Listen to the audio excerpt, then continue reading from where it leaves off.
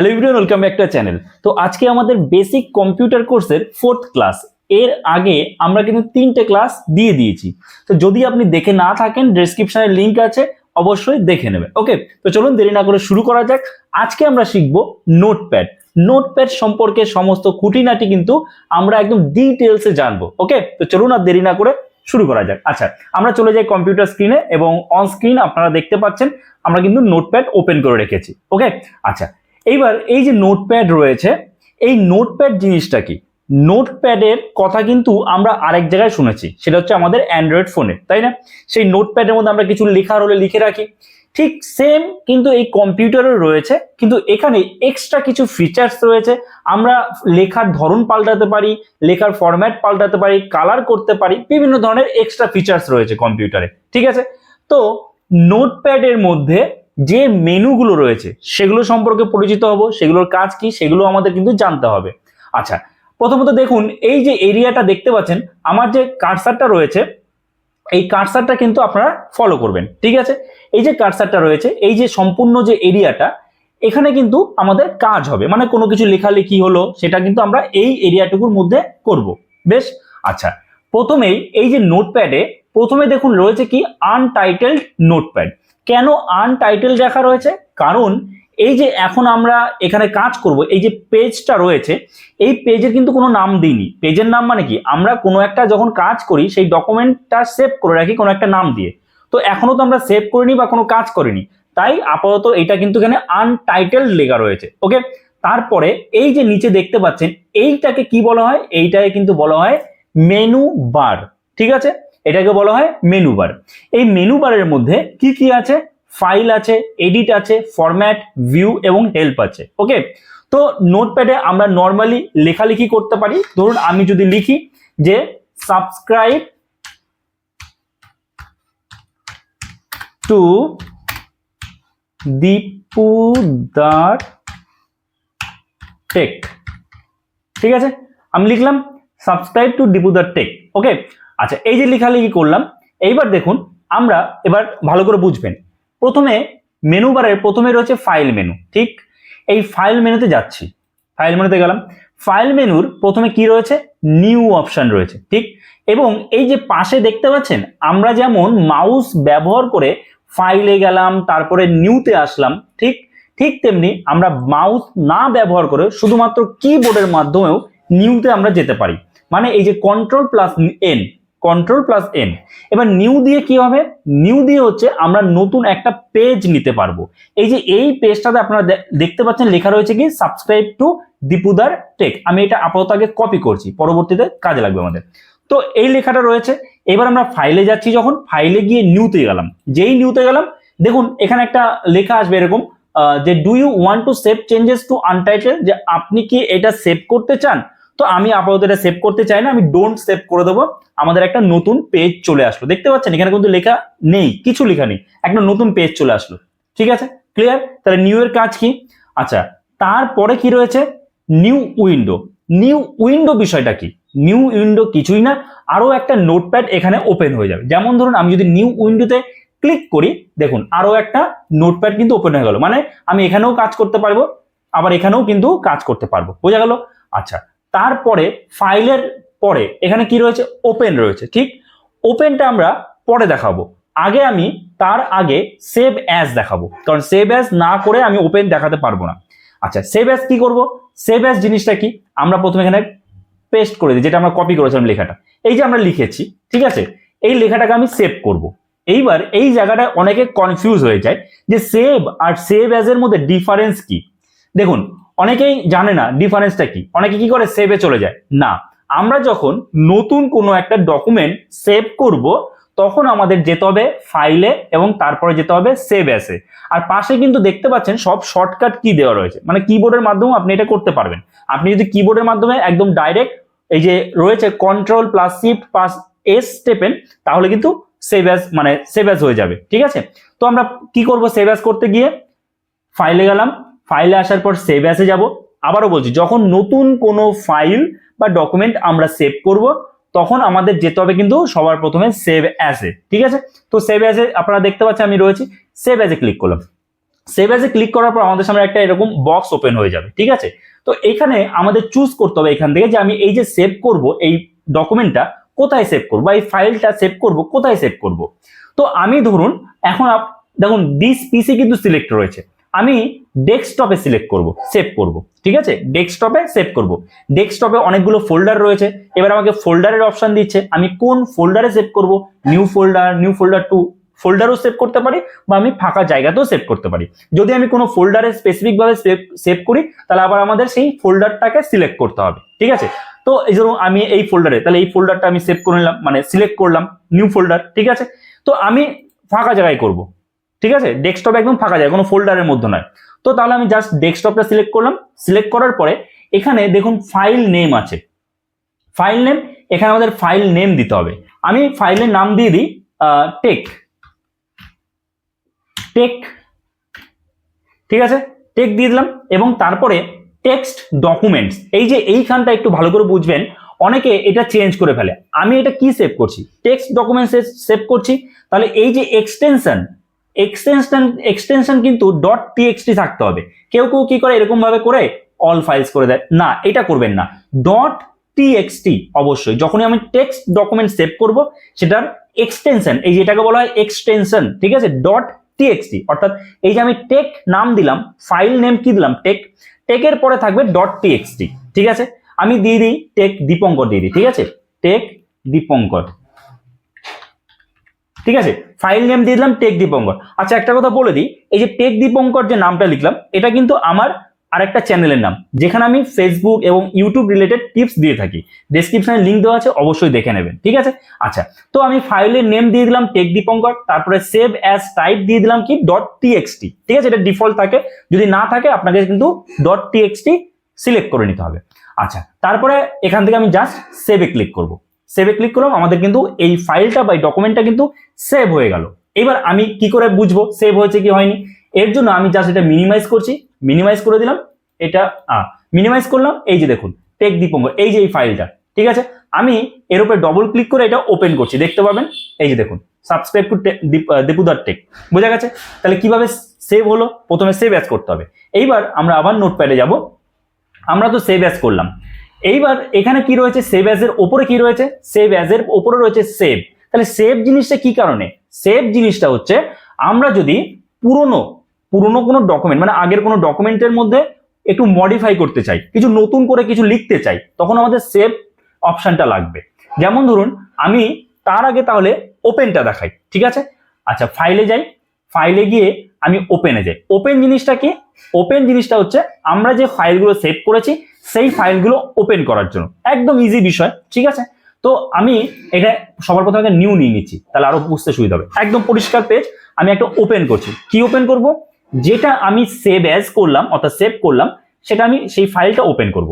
তো ফাইলে গেলাম, ফাইলে গিয়ে ওপেনে যাব, ওপেনে গেলাম, ওপেনে আসার পর এই যে দেখতে পাচ্ছেন টেক দীপঙ্কর, এটা আমি সিলেক্ট করলাম, ডবল ক্লিক করলেও হবে অথবা একবার সিলেক্ট করে তারপরে এখানে ওপেনে ক্লিক করলেও হবে। এই যে দেখতে পাচ্ছেন ওপেন, এই ওপেনে ক্লিক করলাম, আমাদের চলে আসলো কিন্তু সেই ফাইলটা, মানে সেই টেক্সটটা যেটা আমরা লিখেছিলাম, সাবস্ক্রাইব টু দীপুদার টেক, বোঝা গেল। এইবার সেভের কাজটা কি, সেভের কাজটা কি, এই যে দেখতে পাচ্ছেন সেভ, সেভের কাজ কি, ধরুন আমি এখানে আরো কিছু লিখবো, ধরুন আমি এই লেখাটা আবার পেস্ট করে দিলাম Ctrl+V। আচ্ছা যদি আমি কিবোর্ড থেকে পেস্ট করতে চাই শর্টকাট কি কিন্তু Ctrl+V, আর যদি আমি মাউস দিয়ে করি আপনারা জানেন ফাঁকা জায়গাতে আমি রাইট ক্লিক করবো, রাইট ক্লিক করে এই যে পেস্ট অপশন আসবে, পেস্ট হয়ে যাবে, ঠিক আছে। তো এইটুকু কিন্তু আমরা মডিফাই করলাম এই ডকুমেন্টস এর মধ্যে, তাই না। এইবার কিন্তু আমি যেহেতু মডিফাই করলাম, আমি এই ডকুমেন্টের বা এই ফাইলের নাম দিয়েছি টেক দীপঙ্কর, আমি কি আবারও এটা নতুন করে সেভ করব, না, আমি এই ফাইলের মধ্যেই এইটুকু মডিফাই করেছি, তাই এবার ফাইলে যাব, ফাইলে গিয়ে এবার আর সেভ অ্যাসে যাব না, এইবার যাব আমি সেভে, দেখুন সেভে গেলাম, কাজ শেষ। আমাদের কিন্তু এই যতটুকু মডিফাই করলাম সেটা কিন্তু সেভ হয়ে গেল। কি করে বুঝবো, আমি এটা জাস্ট মিনিমাইজ করলাম, মিনিমাইজ করার পর এই যে টেক দীপঙ্কর যে ফাইলটা, এটা আমি ডবল ক্লিক করলাম, করে ওপেন করলাম, দেখুন যেটা আমরা আবার নতুন করে লিখেছিলাম যতটুকু, প্রথমে কতটুকু ছিল, প্রথমে কিন্তু এইটুকু ছিল, এইটুকু লেখা ছিল, আর এখন এই লেখাটা কিন্তু চলে আসলো, মানে এটা আমরা কিন্তু নতুন করে মডিফাই করেছি, অ্যাড করেছি, বোঝা গেছে। সেভ আর সেভ অ্যাজ এর মধ্যে ডিফারেন্সটা কি অনেকে এটাই বলতে পারে না, ঠিক আছে। আচ্ছা এটা আমরা এখান থেকে ক্লোজ করে দিই, আবার আমি নোটপ্যাডে চলে যাই, নোটপ্যাডে আসলাম। তো এইবার ফাইলে গেলাম, আবার ফাইলে যাওয়ার পরে দেখুন ওপেন হলো, সেভ অ্যাজ হয়ে গেল, ঠিক আছে। তারপরে রয়েছে পেজ সেটআপ। পেজ সেটআপ কি, আমি যে সাইজের পেজ নেব বা পেজের কোন দিকে কি মার্জিন দেবো সব আমরা এখান থেকে সেটআপ করতে পারবো। যেমন আমি যদি পেজ সেটআপে ক্লিক করি, যে ক্লিক করলাম, ক্লিক করার পর আমাদের সামনে ঠিক এইরকম চলে আসলো। দেখুন এখানে পেজের সাইজ দেওয়া আছে, বিভিন্ন ধরনের পেজ সাইজ হয়। যেমন আমি যদি এই লেটার, এই যে অ্যারোটায় ক্লিক করি, অ্যারো চিহ্নতে ক্লিক করলাম, দেখুন A4, A3, B4 বিভিন্ন ধরনের সাইজ হয়, কিন্তু আপনি যেটা খুশি। এবার সাধারণত A4 সাইজের পেজই লাগে অফিসিয়াল ক্ষেত্রে, তো আমি A4টা নিয়ে নিলাম, আমার পেজ সাইজ হয়ে গেল। আবার আপনি যদি এরকম ভাবে মার্জিন দিতে চান, যে আমি মার্জিন দিতে চাই, সেক্ষেত্রে এরকম ভাবে আমি বাড়িয়ে দিচ্ছি মার্জিন। লেফটে মার্জিন কতটা, মানে লেফটে কতটা ছেড়ে লেখা আরম্ভ হবে, ঠিক আছে। ধরুন আমি এখানে দিয়ে দিই 0.75 ছিল, আমি 0.1 দিয়ে দিই, 1, ঠিক আছে। এখানেও আমি 1 দিয়ে দিচ্ছি, 1 দিয়ে দিচ্ছি। দেখুন লেফট রাইটে কিন্তু আমার মার্জিন বেশি হয়ে গেল। এবার আমি দেখুন ওকে ক্লিক করছি, ওকে যে ক্লিক করলাম, আমি এবার যাই লিখবো, দেখুন যাই লিখবো একটু এদিক থেকে কিন্তু শুরু হবে, ঠিক আছে। তো মার্জিন বা পেজ সেটআপের কাজ কি বুঝতে পেরেছেন? আচ্ছা, তারপরে দেখুন এই যে পেজ সেটআপে আসলাম, আপনি ওপর দিয়ে কতটা ছাড়বেন, নিচে কতটা ছাড়বেন, সব এখান থেকে আপনি করতে পারবেন। এই যে এখানে সব আপনি রিভিউ দেখতে পারবেন, ঠিক আছে। আপনি ধরুন এখানে আপনি 2 দিয়ে দিলাম, 2 দিলাম, দেখুন এই যে এতটা বাঁ দিক থেকে এতটা সরে আপনার লেখাটা শুরু হবে। মানে আপনি যখন প্রিন্ট আউট বের করবেন আপনার সেই ডকুমেন্টসটার, তখন প্রিন্ট আউটটা এরকম দেখাবে। বোঝা গেল? ক্লিয়ার? আচ্ছা, এছাড়া আপনারা দেখতে পাচ্ছেন হেডার অ্যান্ড ফুটার আছে, আপনি হেডার ফুটার এখানে লিখতে পারেন, মানে পেজের একদম ওপরে এবং নিচে কি লেখা রাখতে চান সেটা আপনি এখানে দিতে পারেন। ওকে, তো এটার কাজ শেষ। এরপরে কি রয়েছে দেখুন, এরপরে রয়েছে প্রিন্ট মানে তো জানেন প্রিন্ট আউট বের করার জন্য। তারপরে কি রয়েছে এক্সিট। এবার এখানে যদি আপনি এক্সিটে ক্লিক করেন, দেখুন আমি এক্সিটে ক্লিক করছি, পুরো নোটপ্যাডটাই পুরো একদম বন্ধ হয়ে যাবে, ক্লোজ হয়ে যাবে। অর্থাৎ আমি যদি আবার নোটপ্যাড আমার যেতে হবে এখান থেকে, অর্থাৎ আমি যদি এখান থেকে ক্লোজ করি তাও নোটপ্যাড ক্লোজ হয়ে যাবে, আবার এখান থেকে যদি ফাইলে গিয়েও আমি এক্সিট করি তাও কিন্তু নোটপ্যাড একদম পুরোপুরি ক্লোজ হয়ে যাবে। ওকে, ক্লিয়ার ফাইল মেনুর কাজ। এরপরে রয়েছে এডিট, ঠিক আছে। এডিটে কি কি রয়েছে আমি এখানে আগে পেস্ট করে নিই, তাহলে এডিট বোঝাতে পারবো না। পেস্ট করলাম যে লেখাগুলো, আরো পেস্ট করে দিই, কন্ট্রোল ভি পেস্ট করে দিলাম, ঠিক আছে। আচ্ছা, আমি বাঁ দিকে সরিয়ে দিই। আচ্ছা, এইবার দেখুন আমি এডিটে যাচ্ছি। এডিটে কি রয়েছে দেখুন, এডিটে আনডু রয়েছে, কাট রয়েছে, কপি রয়েছে, পেস্ট, ডিলিট, এগুলো আপনারা জানেন, কারণ আগের ভিডিওতে ডেস্কটপ পরিচিতির যে ভিডিওটা রয়েছে পার্ট 3, সেখানে আমি এগুলো ডিটেলসে বলে দিয়েছি, ঠিক আছে। কপি, পেস্ট, কাট, এগুলো আপনারা জানেন, আশা করি, না জানলে দেখে নেবেন অবশ্যই ভিডিওটা। তারপরে ডিলিট, ঠিক আছে। আচ্ছা, তারপরে রয়েছে দেখুন সার্চ উইথ বিং। এই সার্চ উইথ বিং মানে কি, ধরুন আপনার কম্পিউটারে, তাহলে সেক্ষেত্রে কিন্তু ইন্টারনেট কানেকশন থাকতে হবে। সার্চ উইথ বিং মানে হচ্ছে একটা ব্রাউজার, মাইক্রোসফটের একটা ব্রাউজার হচ্ছে বিং। যেমন আমরা ক্রোম ব্রাউজার ইউজ করি, ঠিক তেমনি মাইক্রোসফটের একটা বিং ব্রাউজার রয়েছে। তো আপনি ধরুন এখানে কোনো কিছু ওয়ার্ড সিলেক্ট করলেন, সিলেক্ট করে আপনি সার্চ করতে চান, তো এখান থেকে আপনি ডাইরেক্ট সার্চ করতে পারেন। আপনি সিলেক্ট করলেন, সিলেক্ট করার পর এডিট যাবেন, এডিট গেলেন। এবার দেখুন এই যে সার্চ উইথ বিং, এতক্ষণ কিন্তু এটা ইনঅ্যাক্টিভ ছিল, আমি আবার আপনাদের দেখাচ্ছি, কোনো কিছু কিন্তু সিলেক্ট নেই বর্তমানে, আছে কি নেই। এবার আমি এডিটে যাচ্ছি, এডিটে যাওয়ার পর দেখুন এটা কিন্তু ইনঅ্যাক্টিভ রয়েছে। এবার আমি যদি এটা সিলেক্ট করি দীপুদার টেক, ঠিক আছে, লিখে এডিটে যাই, এডিটে যাওয়ার পরে এই যে দেখুন এটা কিন্তু অ্যাক্টিভ হয়ে গেছে। এটা যদি আমি সার্চ করি আমাকে একদম ডাইরেক্ট বিং ব্রাউজারে নিয়ে যাবে। দেখুন আমি করে দেখাচ্ছি আপনাদের। ক্লিক করলাম, এর উপরে যে ক্লিক করলাম, এই যে দেখুন অপশন চলে এসেছে যে আপনি কোন ব্রাউজারটা ইউজ করবেন, মাইক্রোসফট এজ, তারপরে গুগল ক্রোম, ইন্টারনেট এক্সপ্লোরার, এখান থেকে আমি চুজও করতে পারবো, অর্থাৎ ডাইরেক্ট আমাদের ব্রাউজারে নিয়ে যাবে। বোঝা গেল? ক্লিয়ার? আচ্ছা, তারপরে কি রয়েছে দেখি, তারপরে রয়েছে ফাইন্ড। এই ফাইন্ড বিষয়টা কি, ফাইন্ড বিষয়টা করার জন্য আমাদের কি করতে হবে, এগুলো আরো আমি পেস্ট করছি, ঠিক আছে। কন্ট্রোল ভি করে পেস্ট করছি, পেস্ট করে দিলাম।